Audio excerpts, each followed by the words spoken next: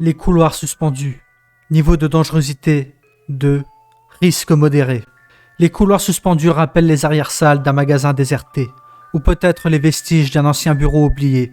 Le sol est recouvert d'une moquette jaune, usée, humide, dégageant une légère odeur de renfermé. Les néons au plafond bourdonnent sans relâche, diffusant une lumière blanche et aveuglante. Les fixer trop longtemps peut altérer l'acuité visuelle, comme si cet éclairage n'était pas destiné à des yeux humains. Les murs sont tapissés d'un papier peint en chevron, typique des années 80 ou 90, désormais défraîchi, parfois arraché, laissant apparaître des cloisons ternes et nues.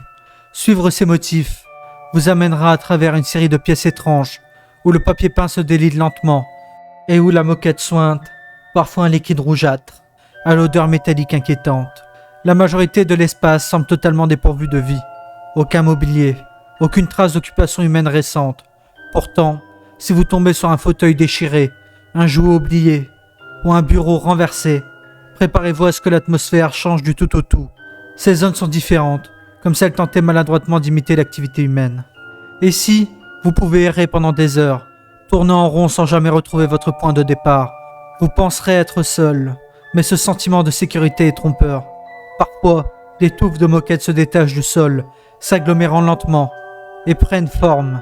Ces entités informes, composées de fibres humides et de poussière, n'apprécient guère qu'on dérange leur territoire. Elles attaquent tout ce qui ne leur appartient pas. Tout semble figé dans le temps. Aucun ravitaillement, aucune technologie utile, juste des couloirs, encore et encore.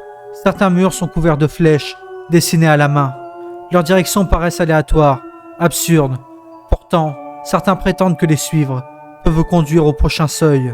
Certaines zones de ce lieu ne sont pas aussi désertes qu'elles en ont l'air. À force d'errance, vous percevez des mouvements, trop lents, trop mous, presque involontaires. Les moquettes ondulent, les angles vibrent. Ce sont des formes informes, lentement façonnées par l'environnement lui-même. Elles ne voient pas, elles ne respirent pas, mais elles ressentent l'humidité, les nourrit. La stagnation les rend conscientes. Si vous les croisez, reculez lentement, sans bruit.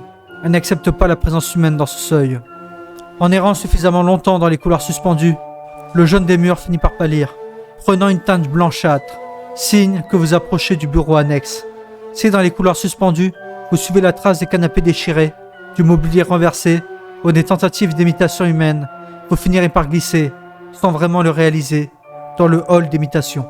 Yo tout le monde, ce que je vous ai présenté, c'est un article d'un wiki que j'ai fait il y a peu longtemps, qui s'appelle L'Aventurier Liminol. L'idée, c'est de venir sur une narration plus calme, un peu plus liminol peut-être.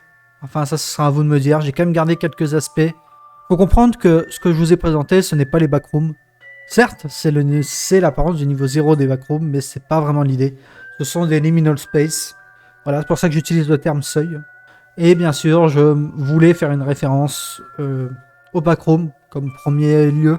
Si vous voulez écrire pour ce site, sachez que tout le monde est le bienvenu.